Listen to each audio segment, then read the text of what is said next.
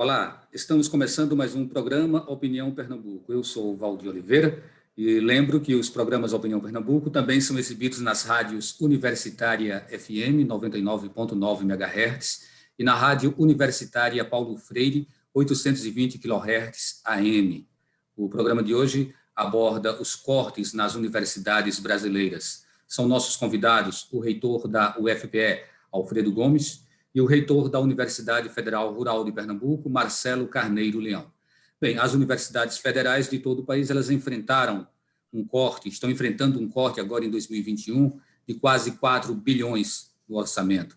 E isso tem um impacto muito grande para que as universidades possam administrar seus projetos. Para falar sobre esse assunto, a gente está aqui com os reitores e eu começaria exatamente com o professor Alfredo Gomes. Professor, qual foi o tamanho do corte para a Universidade Federal de Pernambuco?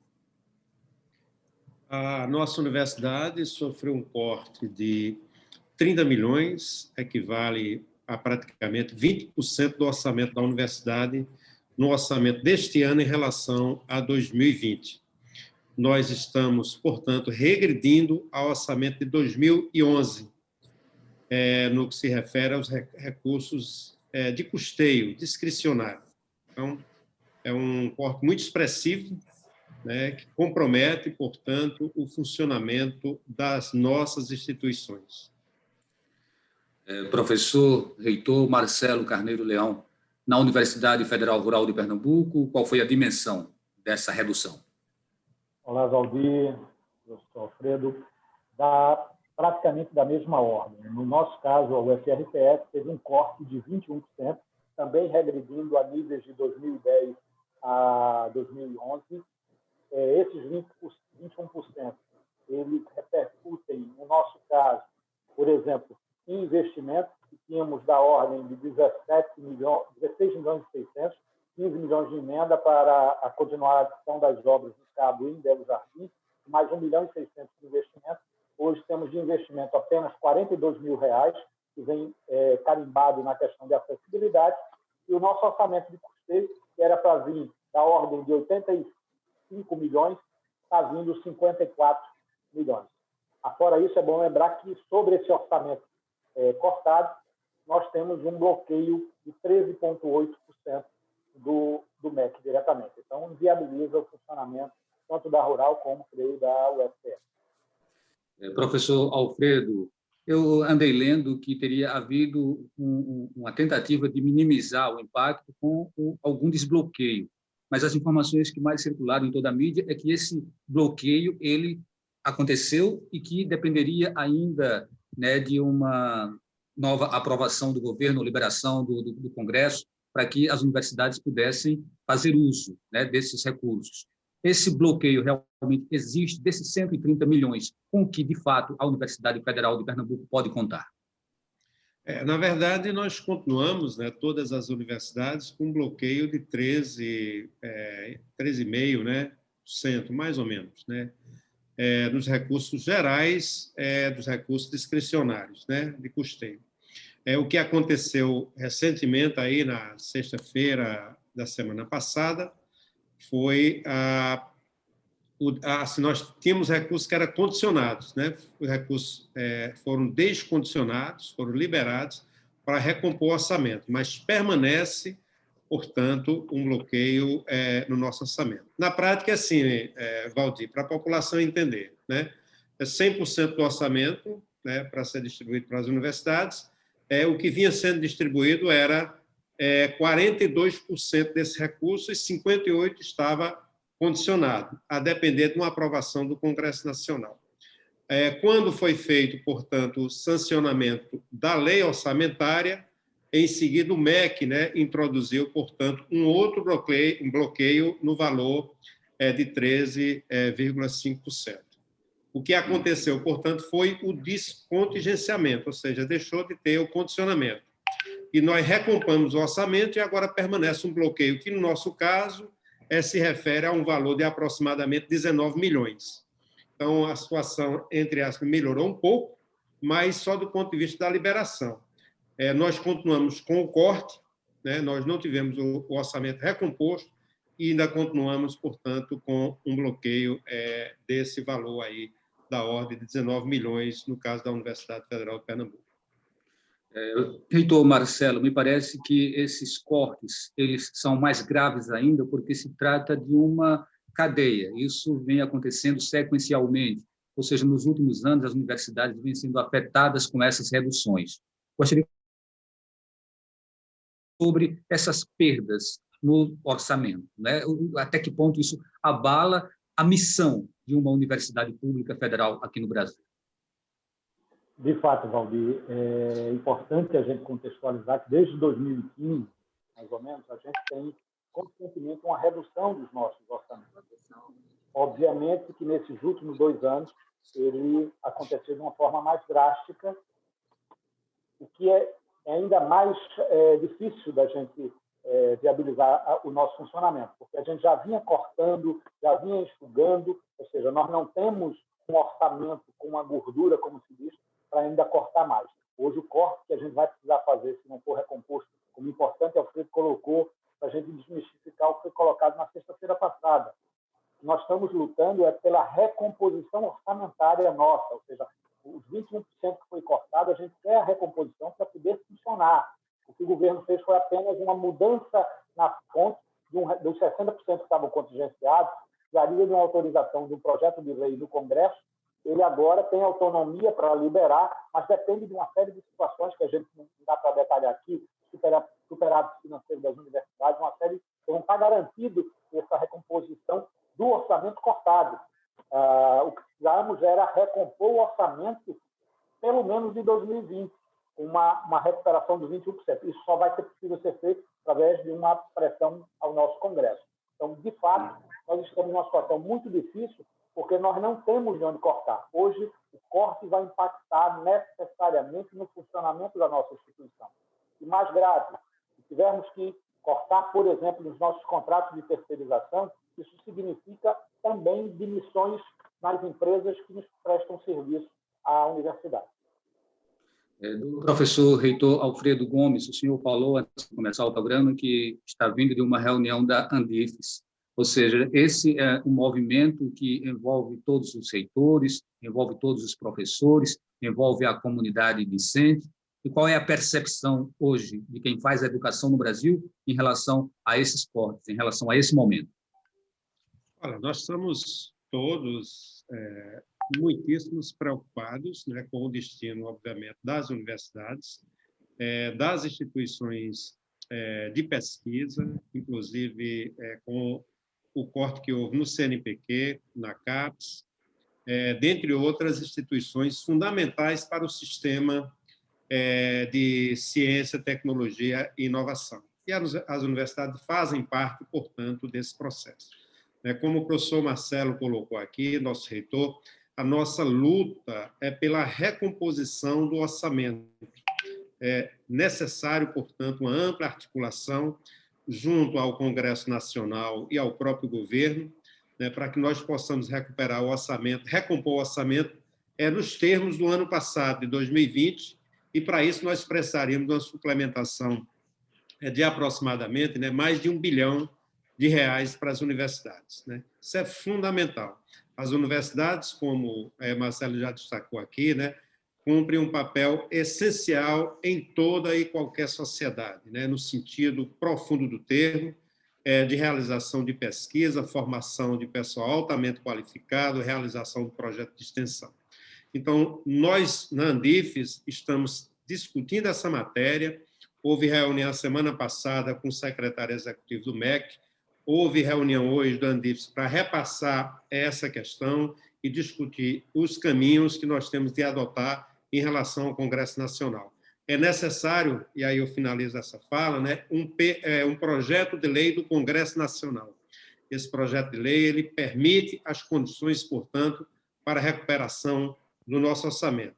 E aí é necessária articulação ampla, não só dos gestores, reitores, mas também de toda a nossa comunidade, professores e professoras, estudantes, técnicos, e a população de maneira geral, para aprovar, digamos assim, para apoiar essa causa, que ela é essencial a um projeto de país, que é o projeto de um Brasil que nós queremos forte e fortalecido na ciência, na tecnologia, né, e na inovação.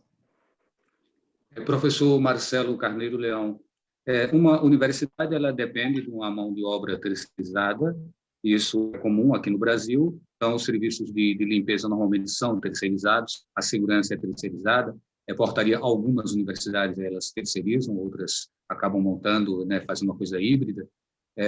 Tem as contas de água, conta de telefone, ou seja, uma série de custos aí que são consideradas despesas discricionárias.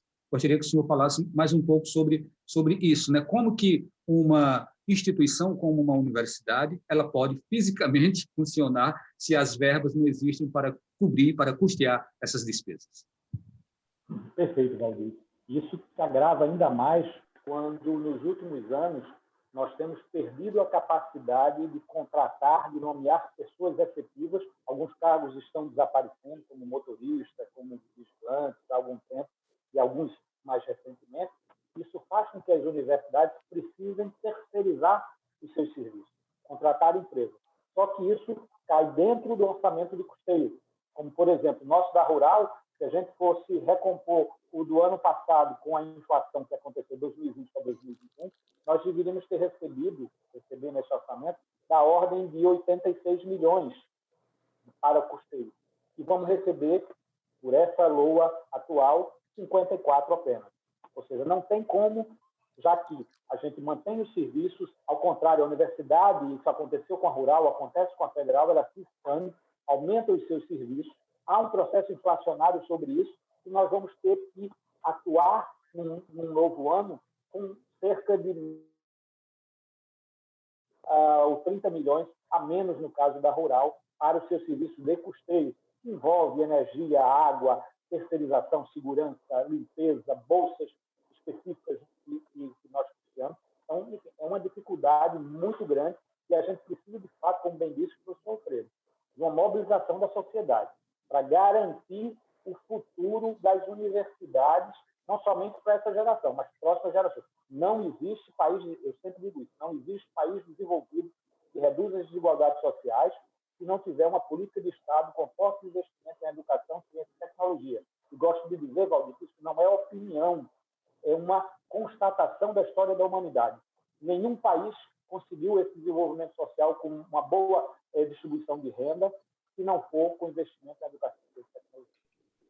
Ok, nós estamos falando sobre os cortes nas universidades federais brasileiras. O Opinião Pernambuco faz uma pausa e daqui a pouco a gente retorna conversando com o reitor Marcelo Carneiro Leão, da Universidade Federal Rural de Pernambuco, e o reitor Alfredo Gomes, da UFPE.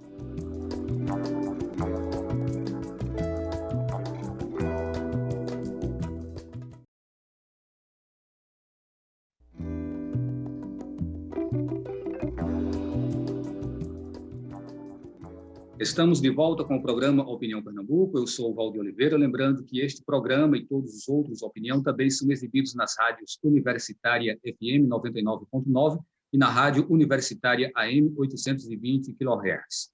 Hoje, o nosso assunto é cortes nas universidades federais brasileiras.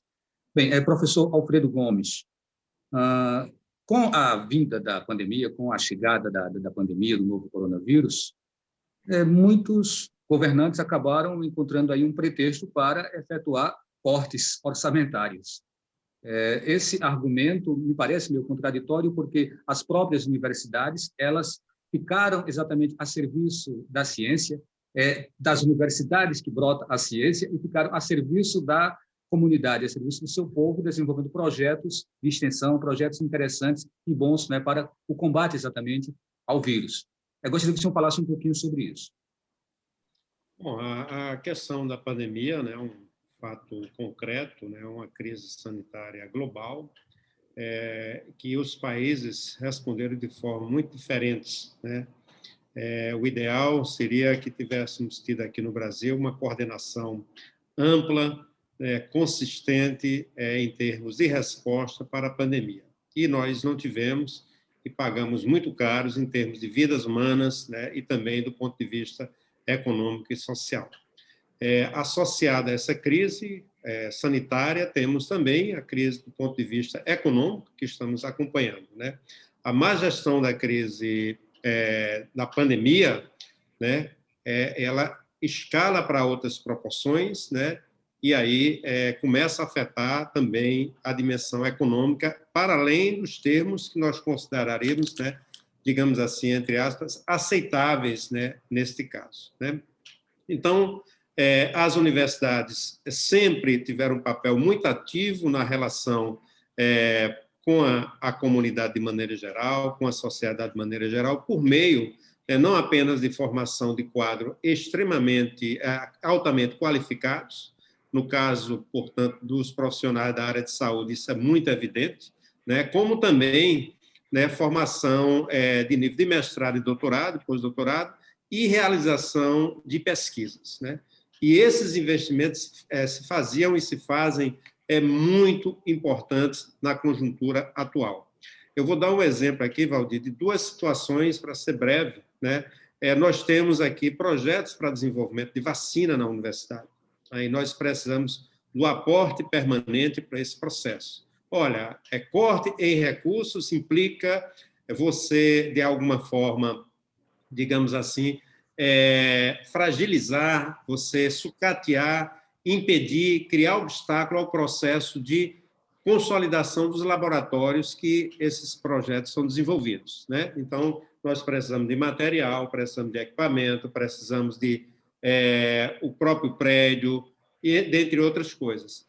Tirar recursos da área de pesquisa implica, portanto, consequências no curto, médio e longo prazo para a retomada dessas atividades. Esse é um exemplo claro, né?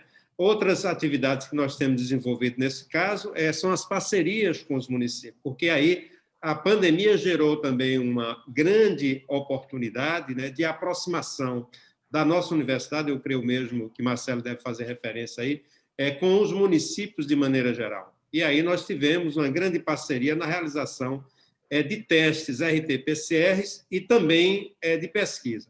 Nós estamos com uma parceria com 128 municípios, fazendo o teste RT-PCR. Em função dessa parceria, nós pudemos também, por meio de pesquisa, fazer um mapeamento das cepas, né, do vírus nos municípios envolvidos. E pudemos detectar, né, 16 diferentes cepas aqui em Pernambuco, né, por meio de um trabalho aqui do Departamento de Genética. Veja só que situação interessante, né? Então, a gente precisa estar totalmente, completamente organizados, estruturados, para que, nessas ocasiões, nós possamos contribuir de forma consistente, né, e de forma permanente para encontrar as melhores soluções de forma rápida para resolver as questões de ordem econômica e de outras naturezas que a situação trouxe. Eu acredito que sejam esses os argumentos usados para essa recomposição, para que haja a recomposição. E na Universidade Federal Rural de Pernambuco, reitor Marcelo, que programas estão sendo afetados com esses pontos? É importante, Valdir, antes de eu detalhar exatamente esses programas, é importante reforçar que hoje existem dois agrupamentos públicos que estão mitigando e minimizando essa tragédia sanitária que o país está passando. Primeiro é o SUS, Sistema Único de Saúde. Se não fosse o SUS, por mais críticos que se faça, por mais necessidade de mais investimentos, nós estaríamos com a tragédia sanitária muito maior. E o outro agrupamento público são as universidades e institutos federais e estaduais que estão realizando as suas pesquisas, desenvolvendo ações como a realização de testes, desenvolvimento de vacinas, produção de EPIs. No nosso caso aqui, a gente hoje, desde o início, há mais de um ano, nós fornecemos as face shields para diversos hospitais no estado inteiro, uma quantidade muito grande, e outras ações. Estamos trabalhando com a questão da saúde animal, um projeto belíssimo que utiliza de cães para farejar possíveis pessoas por conta do odor com detecção da Covid-19. E é importante, Valdir, a gente deixar muito, muito explícito, falam na crise sanitária, a crise econômica. Como bem disse Alfredo, os países que trataram sanitariamente de forma mais efetiva, fazendo isolamento social, uso de máscara, vacinação em massa, hoje a crise econômica é muito mais rápida. Isso não tem como separar. Não, vamos manter a economia funcionando. Temos que ter medidas mais rígidas, sanitárias, para que a gente possa. Porque só assim a gente vai avançar. E esses investimentos em educação e ciência e tecnologia, gente, a gente precisa ser muito, muito explícito que ele, como disse, é o único caminho da gente se desenvolver. Só para dar um exemplo, Valdir, me permita rapidamente, em 2008, a Coreia do Sul enfrentou a sua maior crise econômica, a maior crise econômica da sua história. Fez todos os cortes que normalmente se faz quando não há necessidade de corte. Entretanto, em duas áreas, o governo não cortou, ao contrário, aumentou. Educação e ciência e tecnologia. E a pergunta era, como é que vocês estão em crise e estão aumentando? E a resposta do governo na época da Coreia do Sul era, nós só sairemos de forma consistente, permanente, se investirmos cada vez mais em educação, ciência e tecnologia. Então, o que a gente precisa fazer, se a gente está na crise econômica, entretanto, alguns setores não sofreram os cortes que a educação, ciência e tecnologia. Então, um contrassenso, a gente quer imaginar um Brasil desenvolvido, um Brasil onde se reduz a desigualdade social. Então, tem que haver uma política de Estado com forte investimento em educação, ciência e tecnologia. E as universidades estão dentro desse contexto, sem dúvida. Reitor Alfredo Gomes, um dos principais papéis das universidades é ser inclusivas, poder abraçar pessoas das diferentes classes sociais, não como aquele ministro que ficou lá para trás disse que as universidades seriam para as elites. Quando se apresenta essa ideia de corte no orçamento, até que ponto isso pode afetar a assistência estudantil? Pois é, a universidade, as universidades federais, né, de maneira geral, e os institutos, assim, deram um salto de qualidade muito expressiva no que concerne a um processo de democratização, de interiorização e de inclusão social, né? Cortes orçamentários irão afetar, sobretudo, as políticas de permanência dos estudantes, né? Nós costumamos fazer uma divisão muito simples, você tem políticas que são de ingresso, aquelas que estimulam a inclusão, mas para que essa inclusão ela se dê de forma efetiva, você tem que ter políticas de permanência.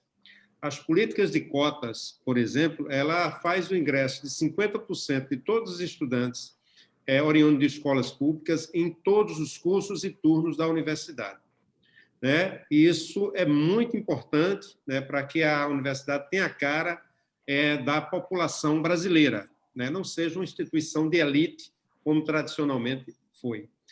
Na nossa universidade, especialmente, nós teremos um corte, se persistir e não tiver recomposição orçamentária, da ordem de 6 milhões para assistência estudantil. Olha, isso vai comprometer uma série de iniciativas, né, para a permanência dos estudantes. Nós teremos que rever, certamente, ou o número de bolsas, ou então os valores das bolsas e de auxílios que, comumente, nós fazemos, né, para distribuir junto aos nossos estudantes. Então, a gente está estudando adequadamente esse processo, né, porque, assim, a partir de junho ou julho, a gente tem que fazer adequações em torno dessa matéria, né, para verificar qual o impacto concreto. Nós temos duas soluções, né, e nós estamos estudando, conversando, inclusive, com estudantes, teremos reuniões com os estudantes para discutir isso. Ou você faz um corte diminuindo o número de bolsas, ou você diminui o valor da bolsa para manter, né, o mesmo número de pessoas, né, dentro dos programas. Então, essas soluções elas estão sendo estudadas, mas o ideal, e nós estamos lutando para isso, é fazer a recomposição do orçamento das universidades e também do PENAES e não prejudicar, portanto, a permanência dos nossos estudantes em nossas instituições.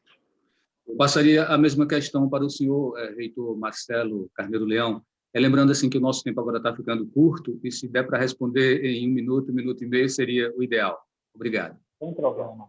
A situação é basicamente a mesma da Rural e da Federal. A gente tem feito reuniões.